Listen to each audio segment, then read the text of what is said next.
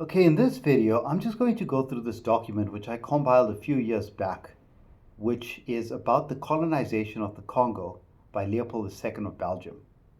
This document is a summary of Adam Hochschild's King Leopold's Ghost. Adam Hochschild wrote this very influential book called King Leopold's Ghost, which was about the colonization of the Congo. Later, it became converted into a documentary as well, and it's a very useful source to study this topic. In addition to that, there's a lot of videos now on Leopold II and his colonization of the Congo on YouTube. So there's a lot of source material. I nonetheless decided to go through this document. It might be useful to students who are pursuing this topic. Maybe you have assignments and you're looking for a useful starting point, a quick, easy to understand summary, which will encourage further reading. So it's my intention to, by going through this document, not only provide context for the colonization of the Congo, which is one of the most brutal examples of colonialism in any part of the world, but also understanding Leopold's colonization of the Congo will provide context for the scramble for Africa or the colonization of the continent, since he was one of the driving forces which motivated other Europeans to initiate the scramble for Africa. So that is the intention of this video. The colonization of the Congo. The Democratic Republic of the Congo, or DRC, is a region rich in resources, including ivory, rubber, timber, copper, gold, diamond, coffee, manganese, which is a metal widely used in industry as an alloy, uranium, and many people will be familiar that the Second World War ended when two atomic bombs were dropped on Japanese cities of Hiroshima and Nagasaki. What they might not be familiar with is that 80% of the uranium that was used to build those atomic bombs came from the region today known as the DRC. The DRC is also rich in both cobalt and coltan. And today's world we live in, cobalt is an essential mineral in terms of industry, because electric car batteries, cell phones, laptops, they depend on cobalt. And the majority of the world's cobalt supply comes from the DRC. The richest companies in the world today are dependent on the substance. Not to mention the Congo also has a 4,700 kilometer long river, which if utilized properly has the potential to supply the whole African continent with electricity. Now you can also do your own research on this topic, but a lot of experts argue that if you build the right hydroelectric infrastructure on the Congo River, the current is so powerful that it would be able to generate 40% of the African continent's electricity needs. Long story short, this is obviously a region that is one of the richest regions in terms of resources. But as we know, it's also one of the poorest regions in the world. It's also one of the most war-torn regions in the world. And the reason for this is many, but you can all trace it back to its colonization by Leopold II. Leopold II, one of the most brutal individuals to ever live in human history, is responsible for the colonization of this region, and most of its problems today can be traced back to him. A question I often ask students is, how many Jews did Hitler kill during the Holocaust? And most people would argue 6 million. And for that reason, Hitler is obviously used as a synonym of evil. But what people probably don't know is that Leopold II's rule over the Congo is estimated it's estimated that half the population of the Congo died during Leopold's reign. In other words, 10 million people. So his rule over the Congo is responsible for more deaths than Hitler's Holocaust of the Jews. Because in 1880, estimates are that there were 20 million people living in the region that he would colonize and call the Congo Free State. In 1920, when Belgium did a census in the Congo, there were 10 million people. It's impossible to prove exactly how many people Leopold killed. He did destroy the archives when he handed over the colony to Belgium, but nonetheless, this is one of the most brutal examples of colonialism and the most brutal examples of the pursuit of wealth in the name of, colonialism, responsible for atrocities in the pursuit of wealth. Okay. Yet, in spite of its mineral wealth, the region, also known as Congo, named after the Bakongo ethnic group that was occupying the region when the Europeans first arrived, or Congo. Congo Free State, which is what it was called after Leopold had colonized it. Zaire is the name that Mobutu Sese Seko, or Joseph Desiree Mobutu, as he was born, changed the name to Zaire when he ruled over it, and today it's referred to as the DRC, or Democratic Republic of the Congo. Whenever you hear these words, it's usually referring to the same region. So this region has experienced a century characterized by extreme poverty, violence, and severe human rights abuses. The deadliest conflict in the human history since the Second World War has been the Second Congo War, in which it's estimated that over 5 million people were killed. Its population has been victims of a legacy of exploitation which can be traced to its colonial period. Comparisons are often made between Leopold's rule from 1885 to 1908 to that of post-independence leader Mobutu Sese Seko from 1965 to 1997. So, one of the richest regions in the world, also one of the most tragic, saddest stories, one of the places where there's just so many atrocities and such a history of violence and poverty. And as I say, Leopold's responsible for most of this. And that's what we're going to look at, how he colonized the region and how his rule brought such devastation in the region. The Congo was colonized by Belgium, which was a tiny European country between France and Germany, 76 times smaller than the Congo. So the country which is responsible for the colonization of the Congo was 76 times smaller than the Congo. But again, even though I say colonized by Belgium, it wasn't the Belgian government that colonized the Congo, but it was Leopold, the Belgian monarch, who colonized through his own charity organization, as he called it. The colonization of the Congo represents one of the most explicit examples of colonialism. What is colonialism? It's when a metropole exploits a colony for resources while claiming a civilizing mission. Generally, that's a characteristic of colonialism. If you trace back the motives of colonialism, especially the Scramble for Africa and colonization of Africa, it was driven by competition amongst Europeans for status, for wealth, etc.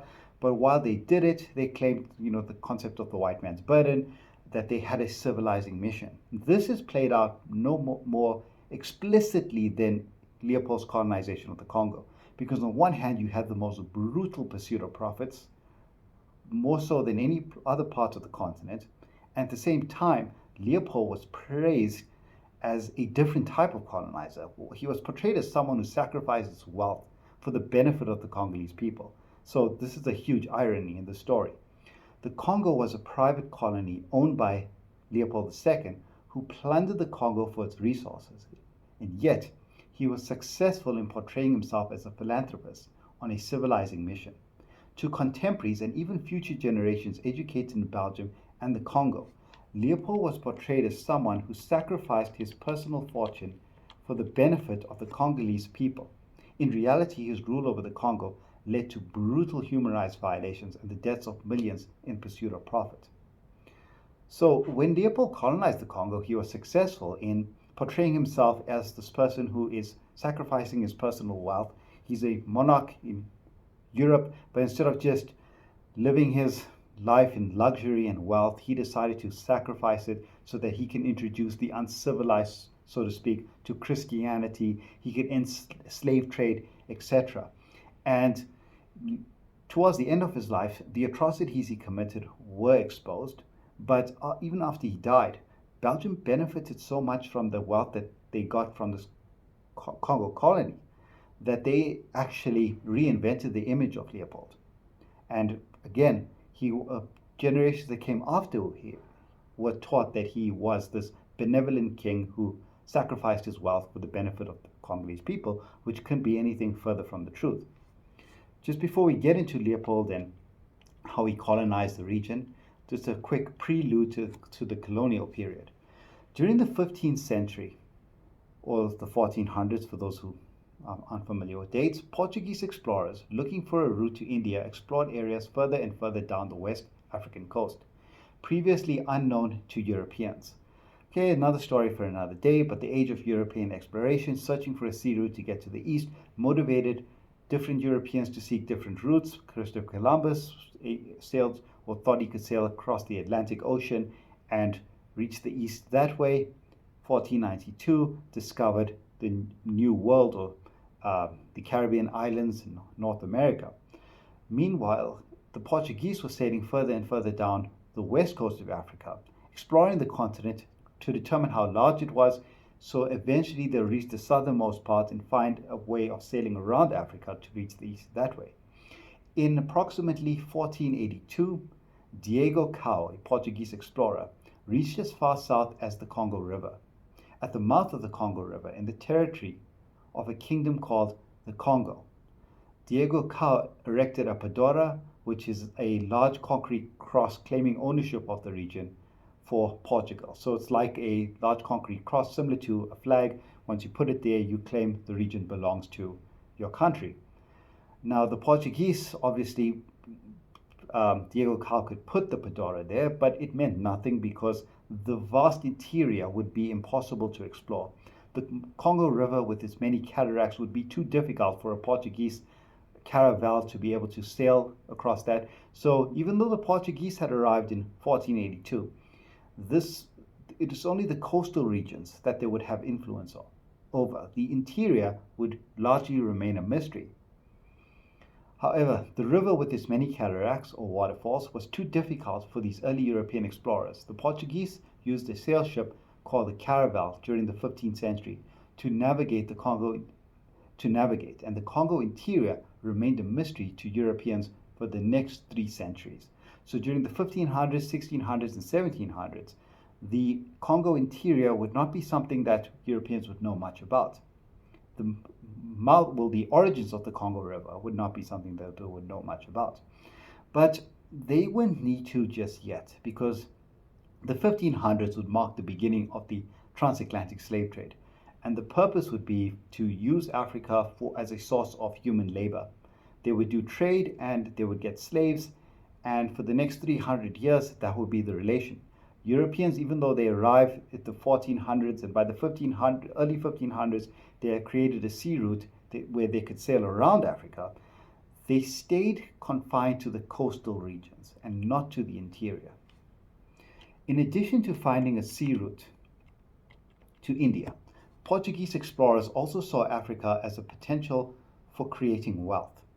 Apart from gold, diamonds, and ivory, African societies along the coast kept and traded slaves. Portuguese originally supplied African societies along the coast with goods in exchange for slaves who were sent to Portuguese sugar plantations in the nearby islands, which they had colonized, Sao Tome and Principe. Later, plantation colonies in the Americas created a major demand for slave labor. Europeans traded with local African leaders in exchange for slaves. Millions of slaves who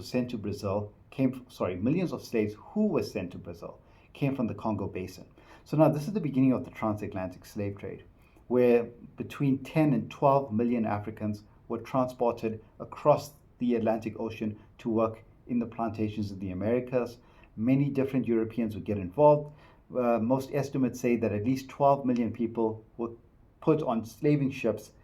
10 million arrived in the New World alive, and 2 million would have been lost in sea.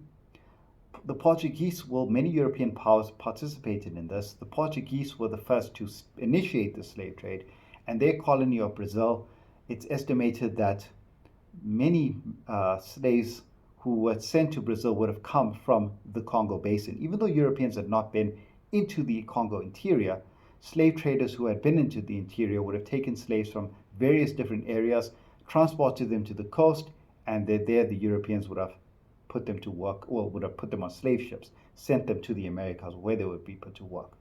Although Europeans had still not been into the Congo interior, African slave raiders supplied them with slaves from all over the Congo Basin. Although slavery had existed in the region predating the arrival of Europeans, the increasing value of slaves and the introduction of European guns would have intensified slave raiding and have notable implications for Congolese villages. The story of why slaves were sold to Europeans is another story for another day. Perhaps I'll make a video on the transatlantic slave trade. In the meanwhile, there's plenty of excellent videos on this topic. It's not the purpose here, but it's just some background information. This region, even before its colonization, would feel the effects of the slave trade or slave raiding. Even though Europeans had not captured or been into the interior, it was still too dangerous for Europeans to do so in the 1500s and the 1600s. The amount of demand for slave labor in the coastal regions meant that many Africans were incentivized to go and capture slaves and sell them to Europeans. Previously, slaves would have been war captives or criminals, but a huge market is emerging for slave labor. But now, the relationship between Europe and Africa is going to change. By the 1800s, the demand for slave labor had subsided, while the Industrial Revolution had created a demand for raw mineral resources. By 1883, Britain had abolished the slave trade, but Europeans came to use Africa for a different purpose. Colonialism began to replace slave trade. Many ways you can approach this topic. Just a quick generalization. The Industrial Revolution would take place at the end of the 1700s and the beginning of the 1800s, and that would render slave labor largely unnecessary. Mechanization and machinery could do the jobs that humans would have once done.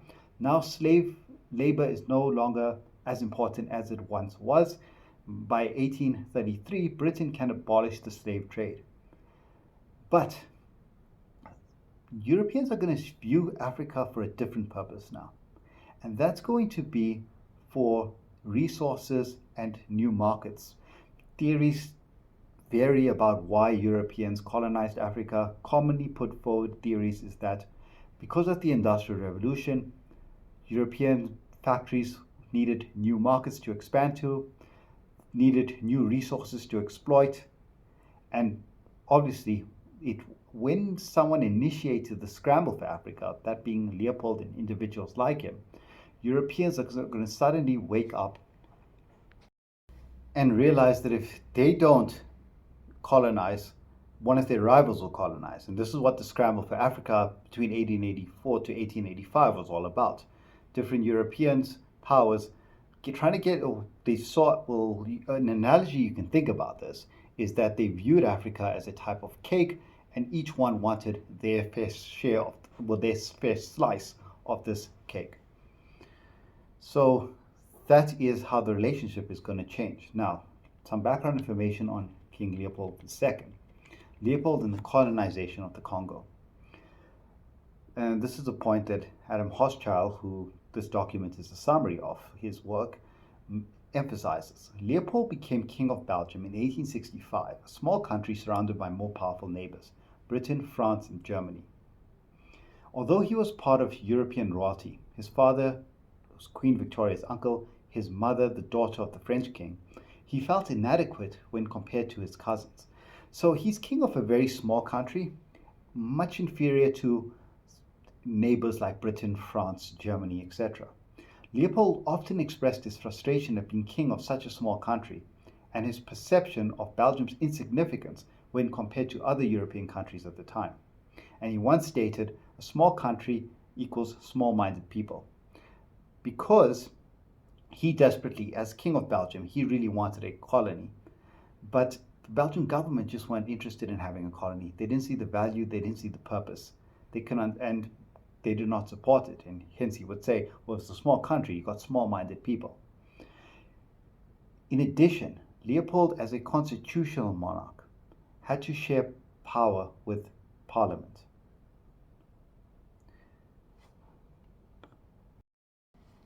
So in other words, he became king at a time where the power of the king was limited.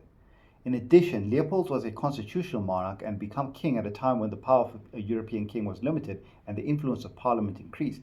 He sought to assert himself through the ownership of a colony, but Belgium was late to the race of owning colonies. Even small countries such as the Netherlands had colonies abroad. The Netherlands would have Indonesia, and the Dutch obviously colonized the Cape as well, so regions in South Africa. Now, Leopold appealed to Belgian government, but they were simply not interested in establishing colonies. In addition, most of the colonies had already been taken, and there was little for Belgium to claim. At various times, he launched unsuccessful schemes to buy the Argentine province, to buy Borneo from the Dutch, to rent the Philippines from Spain, or to establish colonies in China, Vietnam, Japan, or the Pacific Islands. When in the 1860s explorers focused attention on Africa, Leopold schemed to colonize Mozambique on the east coast, Senegal on the west coast, and the Congo in the center. Long story short, Leopold desperately wanted to colonize, but all the places that you could colonize had already been colonized, until he realized that Africa had not been colonized yet because Africa had not been explored yet.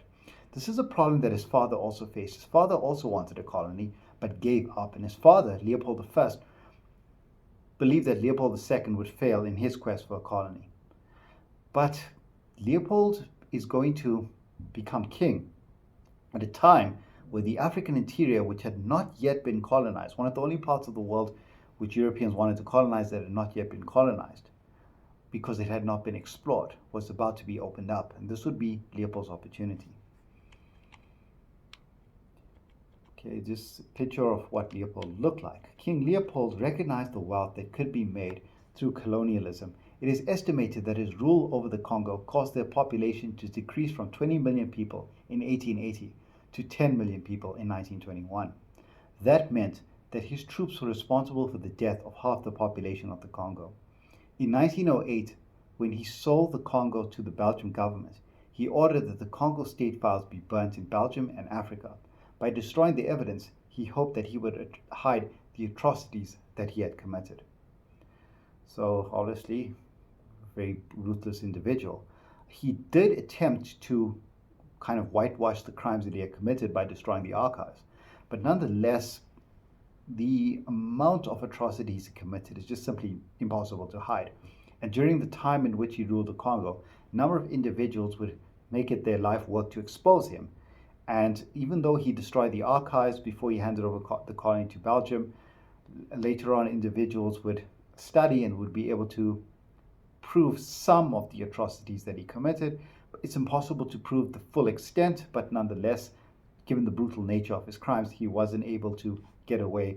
Well, he in his lifetime got away scot-free, but from the historical record, we do know the atrocities that he committed. Now, Leopold is sitting in Belgium trying to colonize the Congo, but he will find his opportunity. At this point in time, explorers are beginning to explore parts of Africa that they had not previously explored. Leopold eventually found his opportunity to grab a colony in the form of the Central African interior, which had still not been explored by Europeans and which consequently remained unclaimed. In seeking a colony, Leopold followed the explorer Henry Martin Stanley's 1874 to 1877 exploration of the Congo with great interest. In 1877, Leopold, referring to the Congo, claimed, "I do not want to miss a good chance of getting a slice of this magnificent African cake." Now, one of the reasons that Africa was not colonized in the 1500s, but it was only colonized in the 1800s, as late as 1880, estimates that 90% of Africa was still ruled by Africans. There were European inroads, famous examples like in Angola and Mozambique, the Portuguese were beginning to make colonial inroads. In South Africa in 1652, Van Riebeck began to colonize the Cape, and the Dutch, it began as a refreshment station, but later expanded into a Dutch colony. But even as late as 1880, 80% of Africa was still ruled by Africans. Now, part of the reason that Europeans didn't colonize earlier was, they didn't have a desire for it, since they could buy slaves and make the slaves work in the Americas. But also, they didn't have the physical capability of colonizing just yet. They didn't have immunity to a lot of diseases. They didn't have a vaccine to a lot of diseases. They didn't have steamboats which you could use to navigate rivers. The Maxim gun wasn't invented yet. All of these things would happen by the time Leopold was king of Belgium. So now he had the ability to, and explorers were a crucial component of this. Leopold wanted a colony, but he couldn't get a colony because all the good colonies had already been taken by more powerful European powers, except for Africa, because Africa had not been explored yet.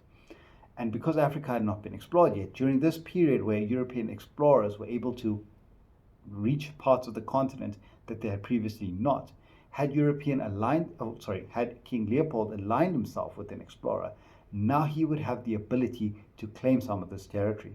So he, and as others, would be following newspapers, and this kind of the celebrities, the superstars at this point in time, are missionaries and explorers who are exploring parts of Africa. And Leopold decides to follow Henry Martin Stanley's expedition and realizes that if he hires Henry Martin Stanley, And Henry Morton Stanley goes to the Central African interior, charts the mouth of the Congo River.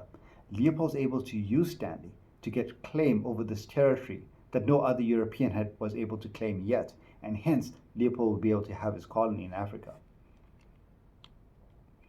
It's just a picture of Henry Morton Stanley. Henry Morton Stanley, the first European to chart the course of the Congo River from 1874 to 1877. He was famous for finding David Livingstone, and his soldiers became notorious for shooting Congolese people and destroying villages.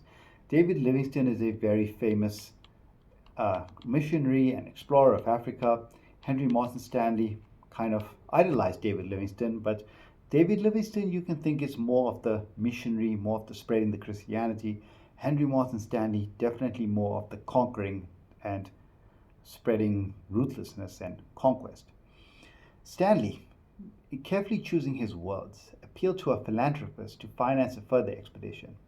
In response, Stanley was appointed by Leopold to establish stations along the river, and as well as a road which would serve as a precursor to a railway that Leopold would have built to help transport resources out of the Congo. So Henry Morton Stanley needs someone who can finance an expedition where he can chart the Congo River and be a famous explorer. And Leopold is looking for someone who can actually be in Africa and actually do the exploring, and so that he could claim the territory. So the two of them basically see the value in aligning themselves with one another. Stanley was assisted by Leopold's army, which was the Force Publique. The Force Publique grew as it recruited children who were left orphaned by the Force Publique's attacks on villages. Leopold favored orphans because they had no loyalty and would be less likely to revolt. This Force Publique army, which would eventually emerge as one of the largest armies in Africa, is basically Leopold's soldiers. So he would send in some Belgian officers and men who would be working with Henry Morton Stanley, do a lot of brutal atrocities. During the early period, they would search for ivory and attack villages to steal ivory, or force men to go and hunt for ivory, and their brutalness would result in deaths. And in other words, they would kill adults, and the children of those adults would become orphaned, and they would then use those children and raise them to be the next generation of soldiers, with the idea that an orphan doesn't have loyalty. So if you take a child at a young age, because you kill their parents, move those children to work with other orphans, station them in a part of the Congo where they don't speak the same language as the people who they're going to be attacking, you can have a very effective large army force. And this Force Publique would be made up predominantly of African soldiers commanded by white Belgian officers. So they would recruit particularly orphans, and they would be done to attack kind of other Congolese people and kind of force them into the labor that Leopold will later on require when he colonizes this Congo. So this is a picture of the Force Publique. Leopold instructed Stanley, or Henry Morton Stanley, to pursue as much land as he could from African leaders. Now, before I get to this reading now, purchase as much land as he could from African leaders. This is another element of colonialism. Another characteristic of colonialism is trickery or treachery. The way in which the colony was colonized to a large extent was done by devious treaties. And again, it's very clearly illustrated by the way in which Leopold got these treaties. So the story is Henry Morton Stanley, this European, would go to many different leaders or chiefs. Remember, this Congo region that Leopold would create or call his Congo Free State is not a homogeneous country. It is made up of many different units or territories or kingdoms, smaller kingdoms. So you could say that there were 450 different regions, or ruled by 450 different chiefs. And Henry Morton Stanley went to these chiefs with gifts. Now, what he told them through translators, you can't really guess. Maybe he said, accept these gifts from our king, who's thousands of kilometers or miles away in Europe. Just recognize our king and take these gifts. Put your thumbprint on this piece of paper. And that's what these leaders would have done. Because in Central Africa at this point in time, it's not a literate society. Political decisions, handing over of land is not done by signing paper documents. These paper documents would be meaningless to these leaders. So they would be interacting with Henry Morton Stanley. However, these pieces of what's to them meaningless pieces of paper, once they leave Africa and go to the United States of America or to Europe during the Berlin Conference, would look like legal documents. Written predominantly in French, these would say that the leader of this region voluntarily gives Leopold access to all the resources contained in his territory in exchange for Belgium rule, Belgium civilization, ending the slave trade. So there's a lot of trickery here because, as I say, these leaders don't make political decisions by signing paper documents. This is a European concept. And these people are just taking, well, Henry Morton Stanley is interacting with them through translators telling them whoever knows what. But once these treaties leave, they look like legal documents. In this way, Stanley was able to trick leaders to signing away huge amounts of territory. Stanley supplied Congolese leaders with goods such as cloth, trinkets, beads, and alcohol in exchange for putting their thumbprints on these, what to them is just meaningless paper, but what will be regarded later on as legal treaties. Signing paper treaties meant nothing to the Congolese leaders who signed them. The concept of signing a piece of paper which gave away territory to a foreign king thousands of miles away was unheard of for these African leaders at the time. However, in Europe and the United States of America, these treaties meant that African leaders had signed away not just their territory, but all the resources which it contained. Through these treaties, Leopold claimed ownership of 2.5 million square kilometers of the Congo Basin, which borders are more or less the same as the DRC today, from 450 different chiefs. He named it the Congo Free State. In 1884, he convinced the United States President Chester Arthur to recognize his claim to the territory. In 1885, when European leaders met in Berlin, Germany, to partition African continent between themselves, Leopold's ownership of the Congo was accepted by the delegates, and the Congo became his private colony, with him owning everything within its borders. Now, the American president would have met one of Leopold's representatives, and he would have been wowed and convinced, here's the king of Belgium, different to all the other Europeans. The other Europeans are colonizing Africa because they are the governments colonizing Africa for rivalry amongst themselves, for their prestige, for wealth. And Leopold succeeded in portraying himself as this benevolent king who convinced the United States president that he is sacrificing his wealth because he's concerned about barbaric slave trade that is still being practiced in Africa. European slave raiders might be conducting illegal slave missions, but more particularly the Arab slave traders who are still purchasing slaves. And these leaders who signed these treaties with Leopold wants Leopold's Belgian troops to protect them against slave raiders, introduce Christianity, bring about modernity and European civilization. And Chester Arthur bought the story. Later on in the Berlin Conference between 1884 and 1885, with American approval, Leopold sent representatives of this charity organization that he established to go to this Berlin Conference. Now, at the Berlin Conference, the other European powers would have not been as naive as Chester Arthur, but Leopold would have been someone that they would be willing to concede territory to rather than have that territory go to a rival. So, for example, in the Berlin Conference, Britain is going with the intention of preventing France from getting too much of Africa. France is going with the intention of preventing Britain from getting too much of Africa. Germany is in this conference trying to maintain some kind of balance of power, make sure that Britain and France don't take too much. None of them are concerned with Leopold and Belgium. They're not really seen as a threat, and with clever diplomacy, Leopold's able to use this to his advantage.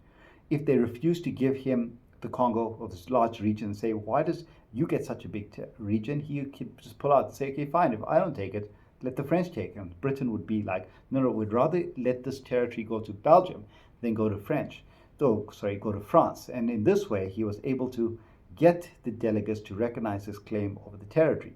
Also, again, in the Berlin Conference, he calls this a free trade zone, where other European powers are able to trade freely, unlike the other colonies, which are not free trade zones. What France gets, the parts of Africa that get put under French sphere of influence will only deal with France. Britain's sphere of influence will only deal with Britain. So Leopold called this the Congo Free State, where it would be open to trade with other European powers. And in that way, they gave him this territory. And they not only gave him the territory, they even donated money so he could build a railway. He convinced delegates over there that if they donate money to build a railway, he would be in a position where he could quickly transport his troops to wherever they are required to put an end to Arab slave traders. But in reality, why he's building the railway is he wants to connect all the different areas within this Congo to the coast, so that if he finds something of value, some resource that he can make wealth, it's very easy to transport that to the coast where it could be shipped to Belgium and where Leopold could create massive profits.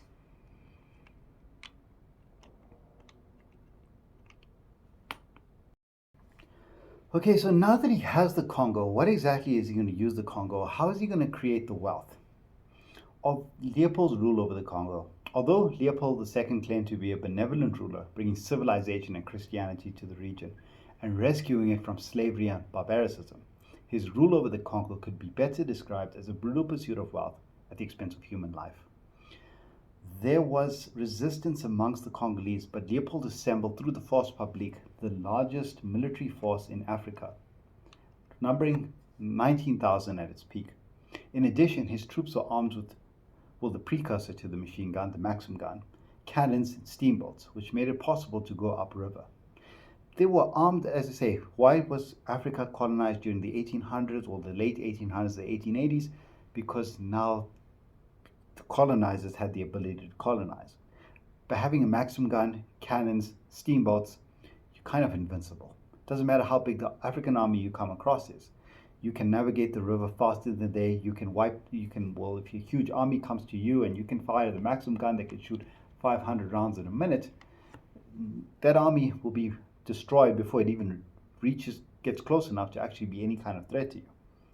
Leopold's first use of the Congo was as a source of ivory. Ivory, which was reasonably light and easy to transport, was very valuable and widely used. One method of forcing Congolese to supply the Force Publique with ivory was through the use of the shikot. This was a whip made from hippopotamus skin. People who refused to cooperate were given as many as 100 lashes. 25 lashes could render a person unconscious, while 100 could be fatal. And a quote from a former Congo Free State administrator: "The Belgians raid villages, take slaves, and give them back for ivory. The state has not suppressed slavery, but established a monopoly of it by driving out the Arabs, Swahili, Zanzibar competitors." So this person recognizes what really is going on here. Slave labor, taking hostages from villages and only returning the hostages if the villages provide them with ivory. And it says that, even though Leopold is claiming that he's putting an end to slavery, or Arab slavery, or Swahili slavery, in reality, he's just creating a monopoly of it, getting rid of his competitors so that he enslaves the people for whatever wealth he can create from the region. So the hippopotamus skin whip was a whip that was used to instill fear amongst the Congolese people. Anyone who would not cooperate with Belgian officers would be given lashes. So they would take this hippopotamus skin, which is extremely thick.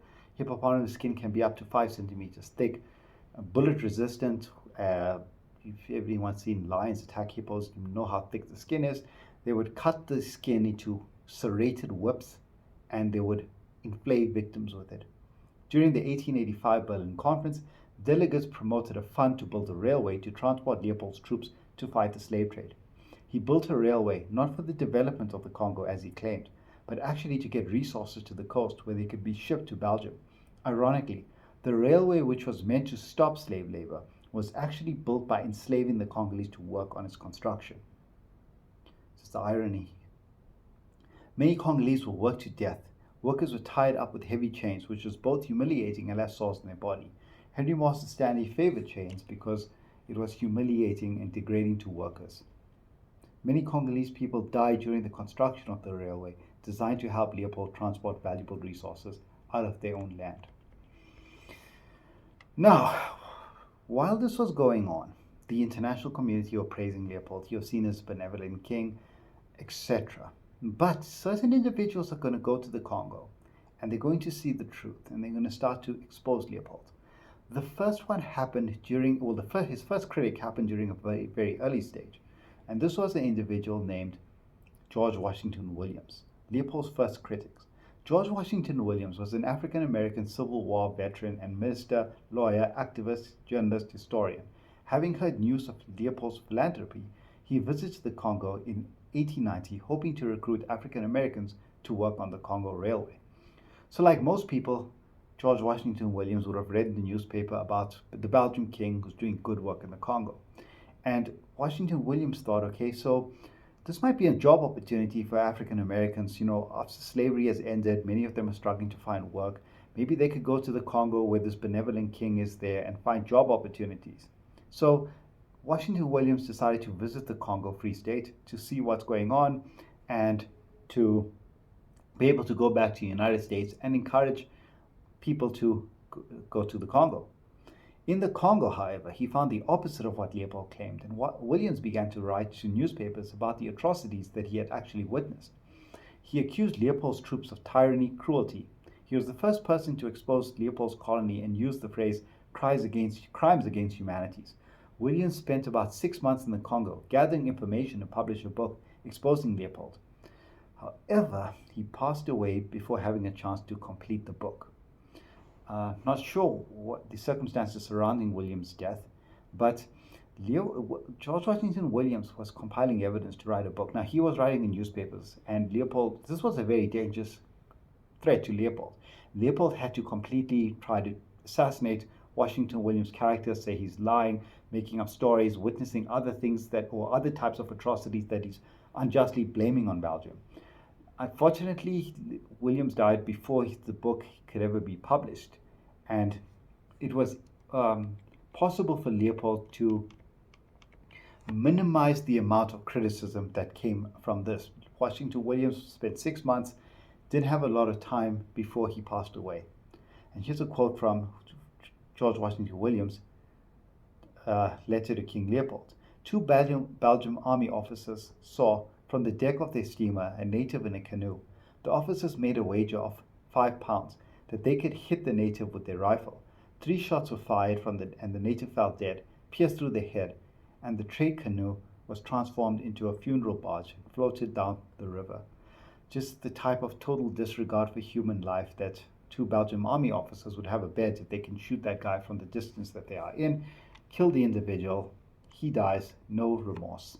As I say, Washington Williams died at a very early stage before he could really expose much, and Leopold was able to get away. Now, he was using at this point in time ivory for extracting wealth. Now, ivory was very valuable, but it's limited. It was a lightweight good that had a variety of luxury types of uses. But at this point in time, the Congo is still costing Leopold more to run than the profits he's making from it. So he's looking for something that he could really generate wealth from. And now, rubber tie is going to be developed. In 1887, John Dunlop developed the pneumatic inflatable rubber tire. And this would revolutionize bicycles. But also there's other uses for rubber. And people realized that whoever can grow at rubber plantations would be able to generate vast amounts of profit. With the inflatable tire, with the Industrial Revolution, and all the other uses you have for rubber, there's a huge demand. Now, rubber trees take a very long time to yield rubber. So if the Portuguese, decide to establish a rubber plantation in the colony of Brazil, it'll take a very long time before those trees are mature enough to produce rubber. But the Congo has natural rubber trees, and Leopold is able to use this to generate the vast amounts of wealth. But rubber is very labor intensive, and it's going to to force the Congolese to go and collect rubber. Leopold's troops are going to resort to very, very brutal methods. In October 1887, John Dunlop developed the inflatable rubber tire, which revolutionized the bicycle. In addition, the Industrial Revolution led to demand in rubber to cover telephone and electric wires. This created a rubber boom. However, rubber trees take a long time to yield rubber, Congo, which already had the largest supply of mature rubber trees, became a valuable source of rubber. Rubber is difficult to extract and very labor intensive. The force publique put so much pressure on villagers to supply rubber that men were forced to climb to the top of the trees to tap fresh rubber vines. Tapping meant slicing the vine at an angle so that the sap would leak into a bucket. To force men to work, soldiers would go to villages to kidnap women and children. Hostages would only be returned if men produced the required amount of rubber. So the tactic that this forced public army would use is they would go to villages, they would kidnap women predominantly, also maybe the chief or the elderly. They would issue the young men with a number of buckets and tell them if they want their hostage back, when the Belgian troops would return, those buckets better be filled with rubber. And if they weren't, then the hostages would probably be slaughtered in front of the village. Very, very brutal form of wealth extraction. Climbing the tall trees to tap them for rubber meant that young men fell to their death or experienced severe injuries, such as broken backs. If men were forced to work all day to produce rubber and women were taken as hostages, then who did the cultivation of the crops, the fishing, the herding, the hunting, etc.? Obviously, famine would result, and this is why it's estimated that half the Congo's population died during Leopold's reign. Because, men are being forced to collect as much rubber. Very, very labor-intensive, difficult thing. Go deep into the jungle, find a rubber tree, climb to the top of it where the fresh vine is, slice the vine at an angle, hold a bucket, return the bucket, find more rubber trees. Women are taken hostages, tortured. Nobody's farming, nobody's fishing. The economy of the region is deteriorating badly. Another practice was to shoot all who opposed. Now, and the thing about the army that is doing this is that it's made up of the force publique, which is few white officers in charge of many black soldiers. And there's always this fear that, in spite of Leopold's best methods to ensure that the black soldiers never rebel against Belgian officers, station them in different parts of the Congo so they would be attacking people who they don't speak the same language, who they don't identify with, recruit orphans, etc. There was always this fear that the black Congolese will eventually get tired of shooting at their own people being commanded by white officers, and they will eventually mutiny. So to prevent something like this from happening, they were issued rations. The amount of ammunition that they were given was limited. But if the ammunition that they was given was limited, then if they wasted their ammunition, so let's say they were given 10 rounds of ammunition or 100 rounds of ammunition over a 1 month period, and they wasted the ammunition by hunting or doing other stuff, they're not effective force in forcing the Congolese people now to go and do this very intensive work of collecting rubber. So the idea was that they would be monitored. They would be given a certain amount of ammunition, and it would be checked. And if their ammunition was used up, like if they went hunting, they would be in serious trouble. Because what are they doing with their ammunition? Are they storing it so that they can plan a mutiny against the Belgian officers? So what would happen is that these soldiers would go out hunting, messing around, and wasting their ammunition. And then to prevent themselves from being in trouble, they would need to have proof that they used their ammunition to kill people. So in other words, they would need to have body parts of the people that they killed, hands predominantly. And when they used up their bullets, they would go into villages, capture live people, cut off their hands. Another practice, said that already, to prevent soldiers from wasting bullets, they had to prove that they killed people and didn't waste their ammunition hunting animals. To prove that the bullets were used on humans, soldiers needed to collect the hands of their victims. However, when soldiers wasted their bullets, they simply went to villages and cut off the hands of live people. A quote from a Congolese worker: "We tried always going further into the forest, and when we failed and our rubber was short, the soldiers came back to our towns and killed us. Many were shot. Some had their ears cut off. Others were tied up with ropes around their necks." And another quote from a Swedish missionary: "If the rubber the Congolese collected does not reach the required amounts, the sentries attack them, kill some, and bring severed hands to the district commissioner. One sentry said, 'The commissioner has promised us if we have plenty of hands, he will shorten our service. Their hands were often smoked to preserve them till they were shown to the district commissioner.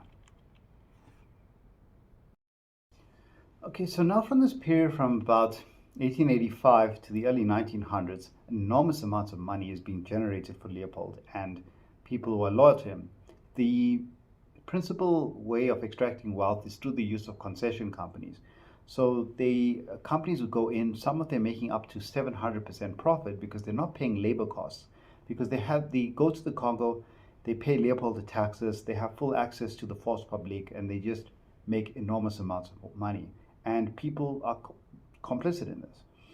Now, we'll just finish the story off by looking at the critics who are going to expose Leopold, create the scandal that's eventually going to force Leopold to hand over the colony to Belgium.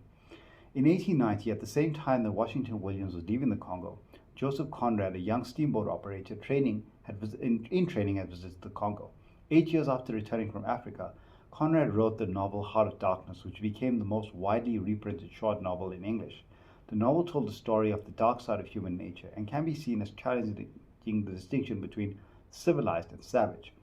Although Conrad never mentioned the Congo by name, in the novel, the story of ivory traders closely parallels the accounts that later emerged about Leopold's Congo. So Conrad is using fiction as a means to raise awareness of the atrocities that Leopold's committing in the Congo. George Washington Williams wrote directly aimed to expose Leopold, and Leopold managed to attack Washington Williams' character and try to say that Washington Williams has a hidden agenda, making up stories. But Conrad chose a different method, a short novel. So he had spent some time in the Congo as a steamboat operator, immediately returned to Europe, horrified at what he experienced. After a few years, wrote this novel, and the novel would become very widely read and very influential. And some quotes from Conrad. It is an extraordinary thing that the conscience of Europe, which 70 years ago had put down the slave trade on humanitarian grounds, tolerates the Congo state today. It is as if the moral clock had been put back many hours. In the old days, England had in her keeping the conscience of Europe. But I suppose we are busy with other things, too much to be involved in the great affair to take up the cudgels for humanity, decency, and justice. Another quote from Conrad. They were colonialists. Their administration was merely a squeeze, and nothing more, I suspect. They were conquerors, and for that you only want brute force. They grabbed what they could get for the sake of what was to be got. It was just robbery with violence, aggravated murder on a great scale. Now, Christian missionaries who had also been stationed at the Congo had also wrote in their missionary circles about the atrocities they had seen. Christian missionaries who had visited the Congo also documented the atrocities which they had witnessed.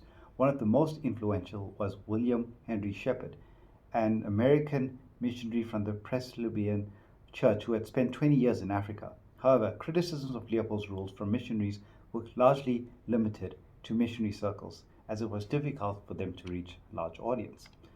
Just go through the rest of this a bit quicker.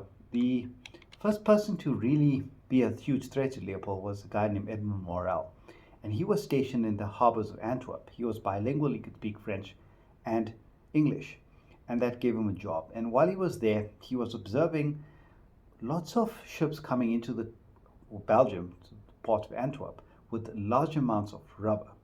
Now, he knew how labor-intensive rubber was.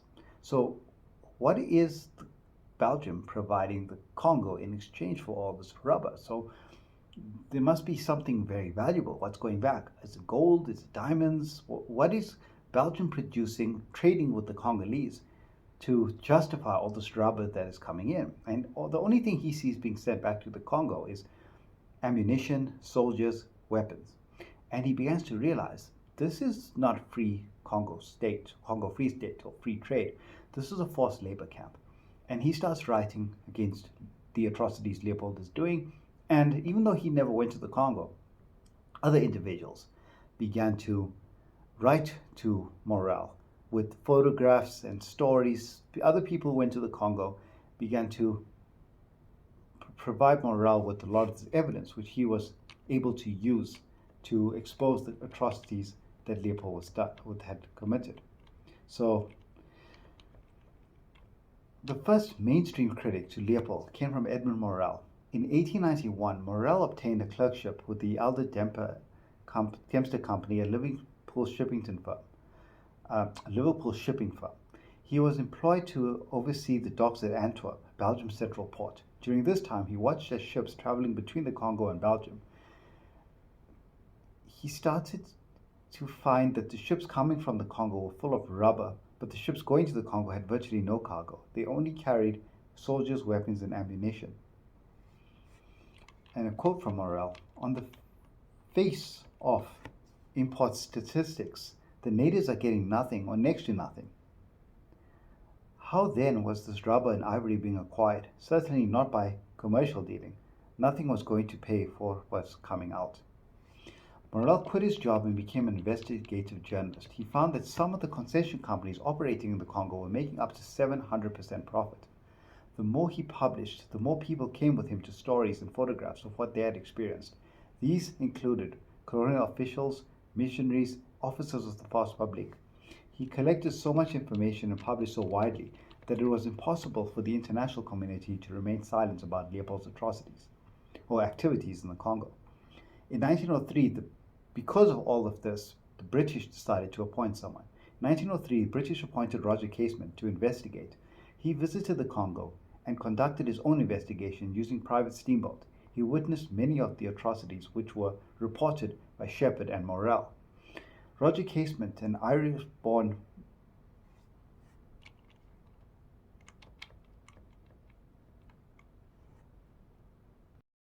By 1904, Morel and Casement established the Congo Reform Association, which collected evidence and held public meetings. In response to increasing criticism, Leopold sent a commission of judges, loyal to him, to the Congo to clear accusations against him.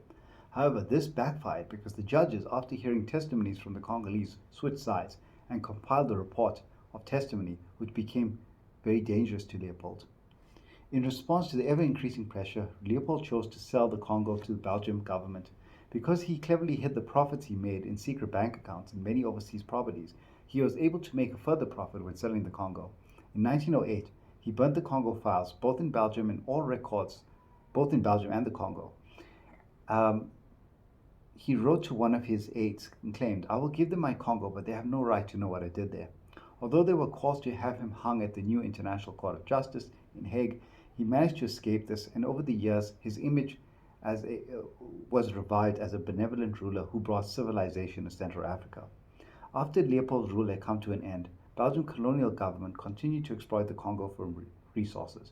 During the two world wars, recruiters continued to use many of Leopold's methods, chaining people to do forced labor. The Shikot stayed in practice up until 1959, when the Congo was granted independence. Now, Roger Casement, his story exposed a huge scandal. Leopold hired a group of judges to go and clear his name. When they actually saw, they were on his payroll, but when they went to the Congo and saw what was actually happening, they switched sides. A gigantic scandal emerged. Leopold managed to escape. He sold the colony to Belgium in 1908. He died in 1909. Gigantic scandal. But now, Belgium inherited this Congo. And as time passes, they end up benefiting immensely. Most of the mineral resources we discovered during this period, as I said earlier, 80% of the uranium used to build the atomic bombs came from the Congo. Belgium just benefited immensely from the amount of wealth. And the amount of money that Leopold generated from the Congo, he used that to build palaces and museums to develop Belgium.